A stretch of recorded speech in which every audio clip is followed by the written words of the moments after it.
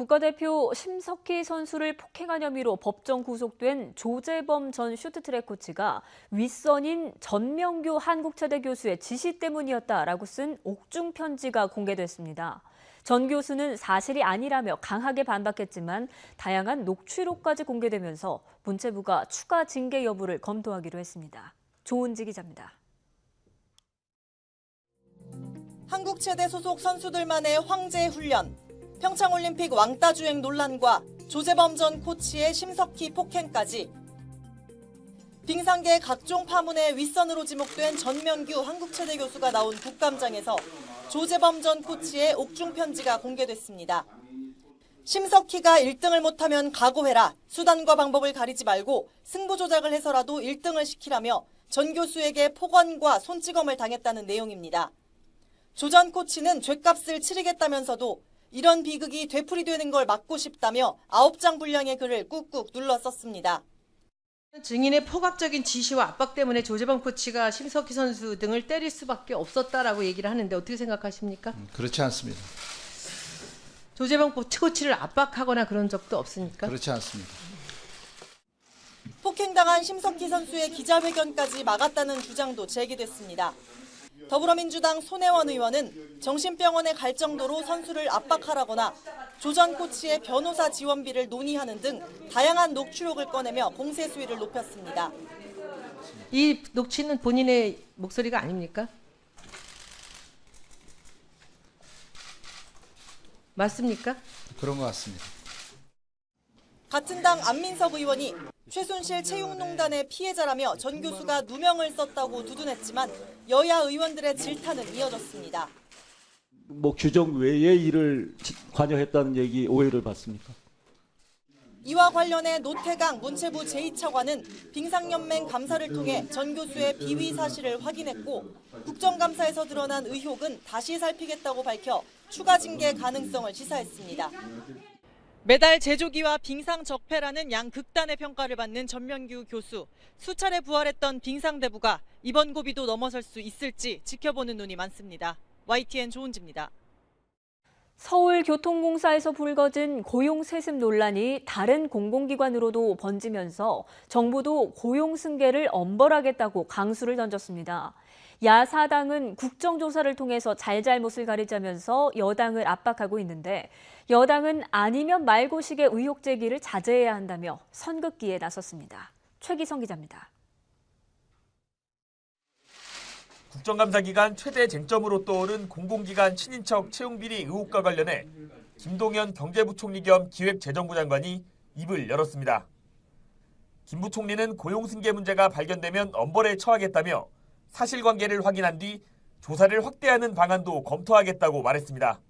국정조사 수용 여부를 결정하지 않은 더불어민주당은 서울교통공사 정규직으로 전환된다는 소문을 듣고 무더기 입사했다는 의혹은 가짜뉴스라고 반박했습니다. 또 새 신사 8명이 정규직 전환됐다거나 연봉이 7천만 원이라는 주장도 사실이 아니라며 야당을 향해 무책임한 의혹 제기를 그만두라고 촉구했습니다. 정확하게 거짓입니다. 87%가 친인척이라고 하는 추론이 가능하다고 하는 것을 국감장이 아닌 다른 현장에서 말씀하셨는데 정확하게 거짓이다라고 말씀드리겠습니다. 이에 대해 자유한국당은 문재인 정부 들어 공기업 전반에 고용세습이 만연한 것으로 드러나고 있는 만큼 국정조사는 불가피하다며 소속 의원이 연루된 강원랜드 채용비리 의혹까지도 국정조사 대상에 포함할 수 있다고 배수진을 쳤습니다. 당연히 국정조사 범위 안에서 그거 다 포함시켜서 조사할 수 있는 내용인데 굳이 그걸 별도로 조건을 내걸면서 그렇게 하냐. 그게 좀 모양새가 좋지 않았다는 겁니다. 바른미래당도 이번 기회를 통해 모든 공공기관 채용 실태를 살펴볼 필요가 있다며 힘을 보탰습니다. 청년들과 취준생들이 공공기관 채용에 대해서 공정하고 공평하다고 동의할 때까지 철저한 조사가 있어야 합니다. 드루킹 특검법 이후 약 반년 만에 야당이 공동전선을 취하면서 여당을 향한 국정조사 압박 수위는 한층 높아졌습니다. 남은 국정감사 기간뿐 아니라 국감 이후 전국에서도 고용 세습 논란이 적지 않은 영향을 끼칠 것으로 보입니다. YTN 최기성입니다.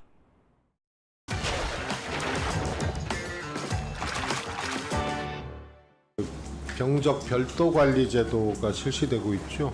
올 8월까지 23만 명이 입영을 했는데 별도 관리자는 그중에 3,700명. 그런데 이 기간 평균 한 0.5%가 입영 후에 보충력 전환이 됐어요. 그리고 별도 관리자의 경우도 0.45%인데 보충력 전환 비율이. 그런데 요 이제 세부 내용을 보면 이 공직 위에 부자 있고 부자 위에 연예인이 있어요. 공직자의 자녀인 경우에 별도 관리 대상자 중에 0.28%. 그다음에 그 위에가 부자예요. 고소득자. 여기가 1.18%로 평균보다 2배 이상 높아요. 근데 이 부자 위에 또 연예인이 있어요. 여기는 이제 5.81%로 평균보다 한 11배가 높거든요.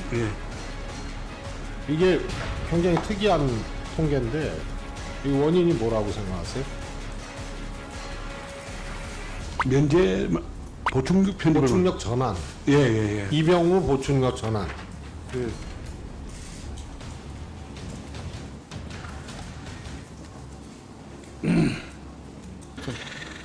그 병적 별도 관리자들과 일반인들이 병력 판정 검사를 받을 때 그 보충력 비율보다는 현역 처분율이 그 병력 별도 관리 전문가들이 더 높습니다.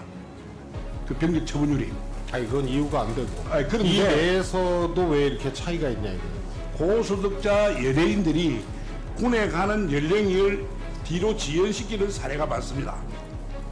그래서 뒤로 입영일을 뒤로 지연시키면서 병력 처분 변경을 통해서 급수가 바뀌는 수도 있고 또 나이가 많다 보니까 이제 그 말씀이 좀 설득력이 없는 게 부유층의 경우에는 평균 입영 연령이 21점 몇 세로 비슷해요. 다 똑같습니다. 공직자 자녀 21.2세, 고소득자 21, 별도 관리자 전체 21. 똑같아요. 연예인만 25세 정도로 많은데 연예가 25세가 군 복무하기나 또 보충력 전환해서 근무하기가 어려운 그러니까 이 현역으로 근무하기가 어려운 나이입니까? 아닙니다. 그렇지 않습니다. 평균이 25.1세지 많은 사람은 28세 이상도 많이 있습니다. 부적합한가요? 부적합한 건 아닌데 그런 사람이 군에 가서 근무를 하면은 일반 사람보다도 현역 복무 부적합으로 기가하는 사람이 3 내지 5배가 높습니다. 11배입니다, 지금.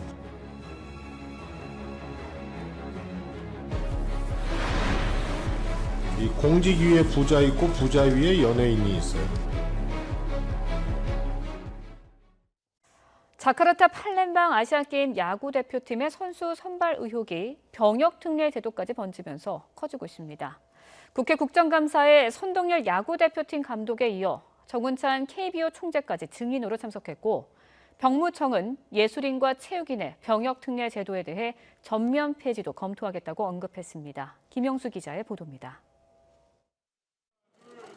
사상 첫 아시안게임 3연패라는 위협을 이루고도 대표 선수 선발을 둘러싼 논란이 가시지 않았던 야구 대표팀. 결국 선동열 감독이 현직 국가대표팀 감독으로는 처음으로 국정감사장에 출석한 데 이어 이번에는 정운찬 KBO 총재가 국정감사 증인으로 섰습니다. 선 감독에 이어 정 총재를 증인으로 부른 더불어민주당 손혜원 의원은 다음 올림픽에도 같은 일이 반복될까 우려스럽다며 거듭 의혹을 제기했습니다. 이에 대해 정 총재는 선수 선발 권한은 전적으로 감독에게 있다면서도 국민 정서를 헤아리지 못한 점은 인정했습니다. 병역 면제와 관련돼서 두 선수가 여러 가지 의혹을 받았고 또 선수 선발 과정에서 반드시 성적순으로 됐냐 또는 아니다 이런 논란이 있지 않았습니까? 그래서 그런 것들을 고려해서 선발하라고 했던 것입니다. 논란의 여지는 병무청 국정감사장으로 이어져 여야 의원들은 현행 병역 특례 제도에 대한 질타를 쏟아냈습니다. 왜 이 제도가 생겼냐면 그 앞에 72년도에 뮌헨 올림픽에서 우리가 북한한테 패했다 이거예요. 코리아 브랜드를 좀 진작시키기 위해서 했지만 지금은 그럴 필요성이 이제 우리 대한민국이 없어진 나라예요. 특히 예술 분야로 병역을 면제받은 경우 수상 과정 등이 석연치 않은 사례가 많고 농업과 산업 현장에서 일하는 청년들과의 형평성에도 어긋난다는 지적이 잇따랐습니다. 지금 이 특례 제도라는 게 저는 전 근대적이고 천민적 발상이다라는 생각을 지울 수가 없습니다. 이에 대해 기찬수 병무청장은 제도를 전면 재검토하겠다며 폐지 가능성도 열어뒀습니다.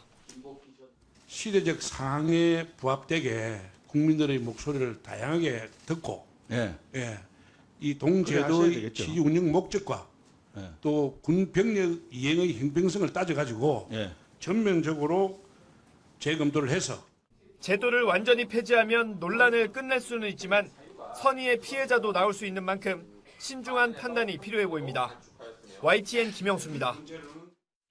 지난달 평양에서 열린 제3차 남북 정상회담에 동행한 특별수행원들이 서울 광화문에서 만찬 회동을 가졌습니다. 만찬에는 문정인 대통령 통일외교안보특보와 이해찬 더불어민주당 대표, 정동영 민주평화당 대표 등이 참석했습니다. 문정인 특보는 종전선언을 올해 안에 한다는 것이 문재인 대통령의 바람이고 판문점 선언에도 올해 안에 한다고 되어 있다면서 연내 종전선언 가능성이 아직 있다고 말했습니다. 평양 공동선언과 남북 군사 분야 합의서에 대한 비준 절차가 마무리된 가운데 여야 반응이 엇갈리고 있습니다. 크게 나눠보면 진보 진영과 이 보수 진영의 입장이 상반된 건데 이 문제 포함해서 전국 이슈 들여다보도록 하겠습니다. 네, 오늘도 용인대 최창렬 교수님 함께합니다. 네, 어서 오세요. 네. 자, 지난달에 남북 정상이 합의했던 평양 공동선언 그리고 군사 분야 합의서 이제 심의 의결을 거쳐서 국무회의 그리고 대통령 비준까지 마쳤거든요. 네. 자, 비준을 마쳤다는 건 어떤 의미가 있는 건가요? 지금 남북 관계의 발전에 관한 법률이 있잖아요. 예. 거기 보면은 대통령은 남북 합의서에 대한 체결 비준을 한다라는 문장이 있고 네. 그리고 이제 그런 합의서나 이러한 것들이 국가나 국민에게 중대한 재정적 부담을 필요로 할 때는 국회의 동의권을 갖는다. 국회가 체결 비준에 관한 동의권을 갖는다. 이렇게 나와 있어요. 네. 그러니까 지금 이제 그 쟁점이 되는 게 판문점 선언과 이번에 이제 9.19 남평양 선언이란 말이에요. 예. 그러니까 비준을 했다라는 건 일단 법적 효력을 갖는다고 봐야 되겠죠. 그리고 이제 법률적인 정당성을 갖는다라는 의미가 하나 있고요. 네. 또 하나 문제는 어떤 이 앞으로 향후 남북 관계를 추진해 나가는 과정에 있어서 어떤 더욱더 촉진할 수 있는 그런 정치적 상징의 의미도 있다고 봐야 되겠죠. 첫째 법률적인 정당성의 측면이 하나 있고 정치적 측면에서 상징성의 의미가 있고 뭐 사실 어떤 면에서 볼 때 이 두 가지는 동전의 양면일 수 있겠습니다만 네. 기본적으로 평양 선언이 과연 판문점 선언과 달리 비준을 필요하는 게 아니냐, 국회 동의가 필요하냐 안 하냐 이게 지금 쟁점이 되고 있는 그렇죠. 거죠. 여야 사이에 예. 일단. 예. 왜냐하면 판문점 선언은 지금 한 달 넘게 계류 중이거든요. 그렇습니다. 이거는 왜 계류 중인지 일반 시청자도 궁금할 수 그러니까 있거든요. 판문점 선언이 나오는 게 아까 제가 말씀드린 것처럼 남북관계법에 따라서 네. 국가나 국민에게 중대한 재정적 부담을 끼치는 거죠. 왜냐하면 철도와 도로 연결 등 남북 협력 사업들이 많이 명시돼 있거든요. 네. 지난 4.27 판문점 선언에는 그렇기 때문에 일단 국회 동의가 필요한 거죠. 그러니까 대통령의 비준 이전에 국회가 사전에 동의를 해야 되는 거겠죠. 그러나 지금 현재 평양 선언이라는 거는 남북 적대 관계를 종식하고 민족의 교류 이런 것들이 있기 때문에 구체적인 재정적 부담이 들어가는 게 없습니다. 평양 선언에는. 네. 단지 이 평양 선언도 판문점 선언의 연장에서 우리가 파악해야 되지 않겠습니까? 예. 그러면서 볼 때 판문점 선언이 지금 국회 동의가 되지 않았는데 왜 평양 공동 선언을 이렇게 대통령이 비준하려 하느냐라고 네. 지금 제1야당을 중심으로 반발하고 있는 거거든요. 그렇죠. 이에 대해서 이제 이 정부나 법제처의 입장은 이거는 오히려 판문점 선언이 비준이 진행되고 있기 때문에 국회 동의 절차가 네. 국회 동의안을 냈기 때문에 오히려 이 평양 선언은 동의가 필요 없다라고 얘기하고 있는 겁니다. 여기서 이제 여야 사이에 정부와 야당 사이에 의견이 갈리는 겁니다. 아, 그렇군요. 네. 그래서 일단 집권 여당인 더불어민주당 그리고 평화당, 정의당은 청와대가 이제 문재인 대통령이 설명한 그런 배경과 같은 생각으로 그렇습니다. 이제 예. 발표를 했고 예. 뭐 의견을 냈고 나머지 자유한국당 말씀하신 또 네. 바른미래당까지 포함해서 좀 비판적인 입장이잖아요. 바로 그 점이죠. 네. 그러니까 아직 그 판문점 선언의 국회 동의가 이루어지지 않았는데 그의 연장선상에서 봐야 돼요. 그러니까 자유한국당은 부속 합의서라는 표현을 썼어요. 평양 선언이 판문점 선언의 부속 합의서기 때문에 네. 그쪽에 아직 비준이 동의가 이루어지지 않았는데 왜 지금 평양 선언을 비준하느냐 이 얘기입니다. 그러니까 동의를 통해서 동의한 이후에 비준해야 되는데 국회 동의가 안 이루어졌는데 네.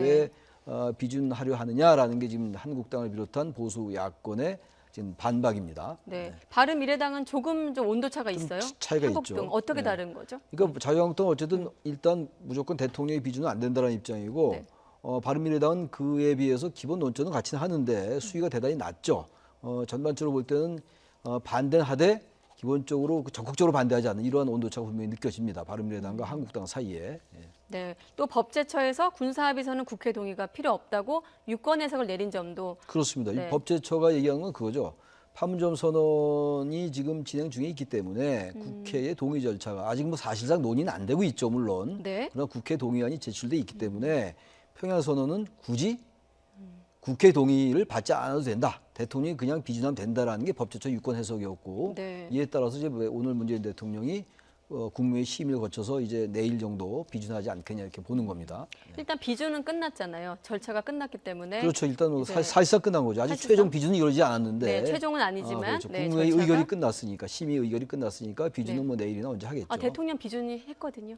오늘 했습니까? 네, 대통령 제가 네, 했습니까 예, 지금? 예. 그건 제가 했기 아까 때문에 예. 절차가 끝났는데 예, 예. 이번 과정을 통해서 이제 야당 입장에서는 야당 패싱, 이른바 야당 패싱으로 이제 공격의 빌미를 제공하려는 게 아닌가 이런 해석이 가능하거든요. 이를테면 앞으로 이제 남북 합의에 따른 각종 사업 이행에서 발생되는 비용도 처리해야 되고요. 이럴 때마다 좀 발목을 잡지 않을까 이런 생각도 드는데. 그러니까 이 비준을 하기 전에 국회 동의를 받는 거는 일단 국가와 국민의 중대한 재정적 부담을 끼치는 상황 때 그렇고 네. 지금 이제 그 야당 패싱이라는 건 저는 그 부분은요 이번에 설령 비준을 안 했다 하더라도 판문점 선언 아니 평양 선언을 말이죠. 예. 지금 제1야당인 한국당은 판문점 선언에 대해서 동의할 마음 자체가 없는 것처럼 느껴집니다. 왜냐하면 지난번에 남북 정상회담 하기 전에 판문점 선언에 대한 동의가 국회에서 쟁점이 됐을 때 네. 그때 이제 야당도 부담이 되니까 남북 정상회담 이후로 미뤘던 거였습니다. 그때. 예, 예. 근데 그 이후에 물론 국정감사도 진행 중에 있긴 있습니다만 기본적으로 한국당이 이 판문점 선언에 대한 국회 동의에 대해서 네. 전혀 논의조차 하지 않고 있기 때문에 이 지금 평양 선언에 대해서 비준을 하는 것 여부와 관계없이 네. 전체 한국당은 이에 대해서 계속 비협조적으로 나올 수 있을 것 같아요. 그래서 이것과 야당 패싱은 저는 사실상 무관하다라고 생각을 합니다. 네, 알겠습니다. 그리고 한 가지 참고로 말씀드리면 우리 최 교수님이 YTN으로 오시는 도중에 아마 그 고소해 비준 이제 소식이 비준- 나와서 예. 심의 의결까지만 알고 오신 것 같습니다. 네, 요점 다시 한번 참고해 주시면 되겠고요. 자, 저희가 지금까지는 국회 상황 위주로 살펴봤는데 얘기가 나온 김에 자, 2차 북미 정상회담 연내에 열릴 것이다. 아니 내년으로 뭐 미뤄질 것이다. 여러 가지가 있었는데 볼턴의 공식적인 입장이 나왔잖아요. 네. 그러니까 지금 내년 지금 점점 이제 이 북미 정상회담이 늦춰지는 것 같아요. 내년으로 또 연기되고 이러는데 기본적으로 지금 최근에 지금 얘기되고 있는 여러 가지 남북 정상 간의 합의 그리고 남북의 교류, 남북 관계 발전 이런 것들과 네. 북미 비핵화 협상과의 속도 문제라고 보여집니다. 그러니까 미국 내에 두 가지 기류가 존재한다고 느껴지거든요. 예. 하나는 일단 비핵화와 남북 관계 발전이 같이 가야 된다라는 하나의 기류가 있는 것이고, 근데 오히려 그게 좀 소수라고 느껴지기도 하고요. 반대로 비핵화에 비해서 남북 관계 발전의 속도가 너무 좀 빠른 거 아니냐 이런 지적이 있죠. 네. 사실 어떤 면에서 볼 때 그러한 점들이 미국 주류의 그 지적인 것 같기도 해요. 어제도 주한 미국 대사가 해리 해리스 주한 대사가 그런 얘기를 했어요. 비핵화와 남북 관계가 같이 가야 되는데 너무 좀 빠른 거 아니냐라는 취지로 얘기를 했거든요. 네. 그러니까 분명하게 미국 내에는 두 가지 기류가 존재하는 것 같아요. 근데 이에 대해서 문재인 대통령은 이번에 이제 EU와 유럽 순방 때 그런 얘기를 했던 거 아닙니까? 그런 말씀을. 네. 대북 제재 완화가 오히려 미국의 트럼프 대통령에게 입지를 강화시켜 준다라는 입장을 분명히 얘기했거든요. 그러니까 문재인 대통령과 김정은 위원장 사이에는 분명히 그런 어떤 확약이나 신뢰가 있는 것 같아요. 그러니까 대북 제재 완화를 얘기해도 사실 미국 정부가 공식적으로 반박하지 않았거든요. 그럼에도 불구하고 미국 내 그 두 가지 긴장된 기류가 존재하는 것만 분명히 우리가 부인할 수 없다고 네. 느껴지긴 합니다. 청와대도 그래서 같은 길로 가는 것이고 오히려 우리가 그렇습니다. 미국을 예. 도와주는 것이다. 네. 이렇게 그 그런 것에 같은 대해서 맥락이죠. 예. 네, 일축하지 않았습니까? 자, 국정감사도 어느덧 이제 반환점을 돌았습니다. 유치원 비리 등 여러 가지 이슈가 있었지만 특히 최근에 이제 서울교통공사로 불거진 친인척 채용 비리 의혹이 다른 공기업들로 번지는 양상입니다. 먼저 관련 녹취 한번 들어보시고 다시 들어보겠습니다. 의혹 제기는 철저한 사실 확인을 바탕으로 해야 합니다. 아니면 말고식으로 폭로하고 나서 잘못되면 책임을 지지 않는 것은 거짓 선동이자 저급한 정치 공세일 뿐입니다. 야당의 국정조사 요구를 적극 수용하고 비리 척결에 동참하기 바랍니다. 이런 방식의 비정규직 제로하려고 문재인 대통령은 천문학적인 국민 헬스를 투입해서 비정규직 정규직화를 하려고 한 것입니까? 자유한국당 포함해서 야당이 어제 이제 국정조사 요구서를 제출을 했습니다. 자, 교수님, 국정조사를 하게 되면 일단 국정조사를 하기까지 물리적인 지금 상황은 어떤가요? 지금 현재 대해서? 야사당이 이제 한국당, 바른미래당, 예. 민주평화당, 정의당이죠. 야사당은 국정조사를 하겠다라는 내일 이제 그 제출하겠다라는 거잖아요. 오늘 제출했나요? 어쨌든 네. 국정조사를 하겠다는 입장이고 지금 이제 더불어민주당은 처음에는 감사원 감사 결과를 보고 일단 생각하자라고 얘기했는데 네. 야사당이 이제 그렇게 동의를 하니까 일단 감사원 감사를 보되 좀 긍정적으로 약간 선회하는 그런 느낌이에요. 그러니까 이제 물리적인 숫자는 한국당, 바른미래당, 민주평화당, 정의당 합치면 161석입니다. 예. 161석이기 때문에 과반을 넘는 거거든요. 그러니까 4분의 1, 국회 재적의 4분의 1 이상이 국정조사를 요구하고 네. 국회에서 출석 의원의 과반수가 찬성하면 국정조사가 이제 합의가 되는 거죠. 근데 기존의 대체적인 관례는 여야가 합의할 때 국조가 이루어졌어요. 근데 지금 네. 이 상황 속에서 정확히 예단하기 어렵겠습니다만 감사원 감사 이후에 아마 더불어민주당도 국정조사를 합의할 가능성이 높아 보입니다. 지금 이제 그런 점에서 저건 물리적으로 볼 때는 숫자로 볼 때 뭐 전혀 문제가 없어 보입니다. 일단 그 부분은요. 예. 네. 그럼 열리게 된다면 어떤 점들이 쟁점이 될까요? 그러니까 지금 국정조사에서? 가장 큰 쟁점이 지금 이제 무기계약직에서 비정규직으로 왔다가 비정규직에서 정규직으로 전환된 것이 쟁점이 돼 있잖아요. 근데 네. 특히 이 부분이 서울교통공사, 서울시 산하의 서울교통공사의 임직원의 친인척의 문제예요, 지금. 그래서 1,285명이 정규직으로 전환이 됐는데 그중 108명이 노조 그리고 임직원의 친인척이다라는 네. 이제 그런 그 하나의 팩트 나와 있는 거예요, 지금. 근데 이에 대해서 지금 한국당은 그 조사가 틀렸다. 왜냐하면 그 이제 응답률이 11.2%에 불과했다라는 거예요. 예. 그랬더니 이거는 사실은 맞지 않는다. 근데 지금 이 교통공사나 서울시 측은 11.2%가 아니라 99.8%가 다 동의한 거다. 응답했던 거다. 이게 쟁점이에요, 일단. 네. 그래서 지금 한국당의 입장은 11.2%밖에 안 됐다고 보기 때문에 거의 90% 이상이 되면 지금 108명이 아니라 거의 1,080명이 될 거 아니냐. 10배가 늘어나니까. 네. 그게 하나 큰 쟁점이라고 일단 볼 수가 있죠. 가장 그게 팩트가 어느 게 맞느냐의 문제인데 이건 지금 이제 한국당의 주장과 서울시 또는 서울교통공사의 주장이 전혀 상반되고 있어요. 그러니까 이런 점들이 일단 국정조사에서 확인이 돼야 되겠죠. 네. 야당은 아까 김성태 대표 원내대표 얘기도 나왔습니다만은 국정조사 요구 즉각 수용하고 비리 척결에 동참하라고 그렇습니다. 하지만 또 여당은 가짜 뉴스다, 뭐 저급한 정치 공세다 이렇게 반발을 하고 있거든요. 어떻습니까? 여당 앞서 예단하기는 어렵지만 국조가 열릴 가능성이 높다고 하셨는데 네. 여당의 어떤 명분이나 논리는 어떻게 보세요? 대응은? 이런 거죠. 야당은 어쨌든 비정규직의 정규직화라는 게 문재인 정권이 추구하는 굉장히 중요한 경제적 정책 중에 하나잖아요. 대선 네. 공약이기도 하고 이런 비정규직에서의 정규직 전환이 대단히 무분별하게 주로 노조를 중심으로 이루어지고 있다. 이런 관점인 거로 보입니다. 그러니까 이제 노조도 과거의 노조가 아니라 노조가 이제 특권화됐다. 그래서 노조가 상당히 혜택을 받는다, 특혜 받는다라는 관점에서 이 부분을 접근하고 있는 거죠. 그러나 예. 지금 서울시나 서울시교통공사라든지 더불어민주당은 그렇지 않더라는 거예요. 그리고 또 하나 이 부분 말씀드릴 게 이렇게 이제 정규직화가 문제가 된 게 다들 아시겠습니다만 2016년도에 네. 그 구의역의 그 스크린도 때 외주업체 직원이 사고를 당했었잖아요. 그랬었죠. 예. 그래서 외주업체로 안 된다. 다 정규직화하자라는 논의가 그때 있었어요. 이미 2016년도에. 근데 이제 그러고 난 다음에 기본적으로 이제 이런 부분이 있는데 네. 무분별하게 한 게 아니라 엄정한 평가를 거쳐서 정규직화가 이루어졌다라고 이제 교통공사는 주장하고 있는 것이고 네. 한국당은 그렇지 않다. 이게 상당한 특혜나 이런 것들에 의해서 이루어지고 있는 무분별한 어떤 그러한 정규직 전환이다라는 그게 가장 큰 정치적 의미의 쟁점이라고 보여집니다. 일단. 네, 알겠습니다. 네, 전국 포함해서 여러 가지 얘기 나눠봤습니다. 네, 최창렬 교수였습니다. 오늘 고맙습니다. 네, 고맙습니다. 예.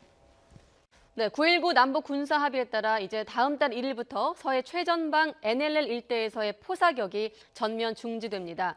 이에 따라 연평도와 백령도에 배치되어 있는 우리 해병대 K9 자주포대는 돌아가면서 육지로 나와 사격 훈련을 할 계획입니다. 강정규 기자가 보도합니다. 지난 2010년 11월 23일 북한군은 우리 해병대의 K9 자주포 사격 훈련을 트집 잡아 연평도를 향해 포격 도발을 감행했습니다. 당시 13분 만에 대응 사격에 나섰던 것도 K9 자주포였습니다. 연평도와 백령도 등 서해 최전방을 사수하는 핵심 전력 가운데 하나인 K9 자주포가 앞으로는 육지로 옮겨져 사격 훈련을 하게 됩니다. 남북 간 우발 충돌을 막기 위해 설정한 완충수역에서 다음 달 1일부터 포사격을 비롯한 일체의 적대 행위가 금지되기 때문입니다. 올해 남은 기간은 중대 단위 병력만 돌아가면서 무트로 나가 훈련을 하고 내년부터는 K9 자주포까지 상륙함으로 옮길 계획입니다. 기존의 K9 사격장은 지상 적대 행위 금지 구역과 일부 겹쳐 경기도 파주 무건리 사격장에서 장비 점검과 사격 훈련을 진행할 예정입니다. K9 자주포를 빼내는 연평도와 백령도 포 진지에는 김포 2사단의 K9 자주포를 대체 투입해 전력 공백을 최소화하게 됩니다. 또 포탄을 쏘기 직전까지의 사격 절차를 숙달하는 비사격 훈련을 강화해 대비 태세를 유지한다는 방침입니다. 남북 군사 합의를 지키기 위해 훈련 방식을 바꾸는 K9 자주포는 모두 40여 문. 북한은 이에 상응해 황해도 일대 포문 200여 곳을 모두 폐쇄할 전망입니다. YTN 강정규입니다. 네, 문재인 대통령은 지난달 남북 정상회담에서 채택이 된 평양 공동선언과 군사 분야 합의서를 비준했습니다. 문 대통령은 남북관계 발전이 한반도의 완전한 비핵화를 촉진할 것이라면서 이 평양 공동선언 비준 배경을 설명했습니다. 김도원 기자가 보도합니다. 판문점 선언에 이어 지난달 남북 정상이 합의한 평양 공동선언과 군사 분야 합의서가 국무회의 심의를 거쳐 비준됐습니다. 공동선언 채택 한 달여 만입니다. 평양선언은 남북 간 적대관계 종식과 교류 협력 증대, 이산가족 문제 해결, 실질적 비핵화에 조속한 진전 등의 내용을 담고 있습니다. 문재인 대통령은 합의서 이행이 한반도 비핵화는 물론 경제에도 도움이 되고 북한 인권도 증진시킬 것이라고 말했습니다. 남북관계의 발전과 군사적 긴장 완화는 한반도의 완전한 비핵화를 더 쉽게 만들어 촉진하는 역할을 하게 될 것입니다. 비준 절차를 거친 남북 합의서는 남북 관계에 있어서 법적 효력을 갖게 되며 합의 이행을 공식화한다는 의미를 갖습니다. 판문점 선언의 국회 동의 절차가 끝나지 않았는데 그 후속 조치를 먼저 비준한 건 문제라는 지적도 나왔습니다.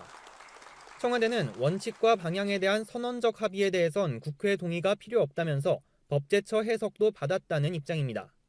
지난 2007년 남북 총리회담 합의서 비준 동의안이 처리되지 않은 상황에서 후속 합의서가 비준된 사례가 있다고도 밝혔습니다.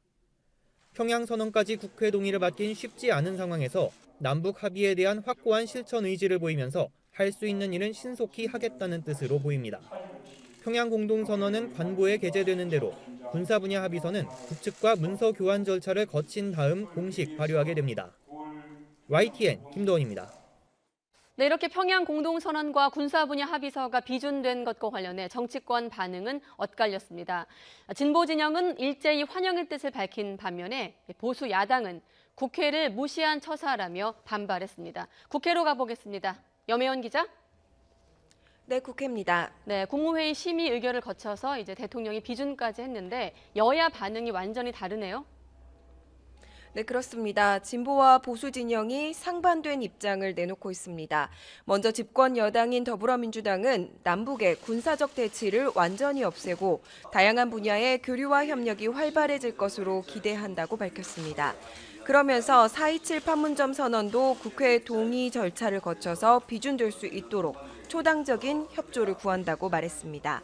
민주평화당과 정의당도 환영의 뜻을 표명했습니다.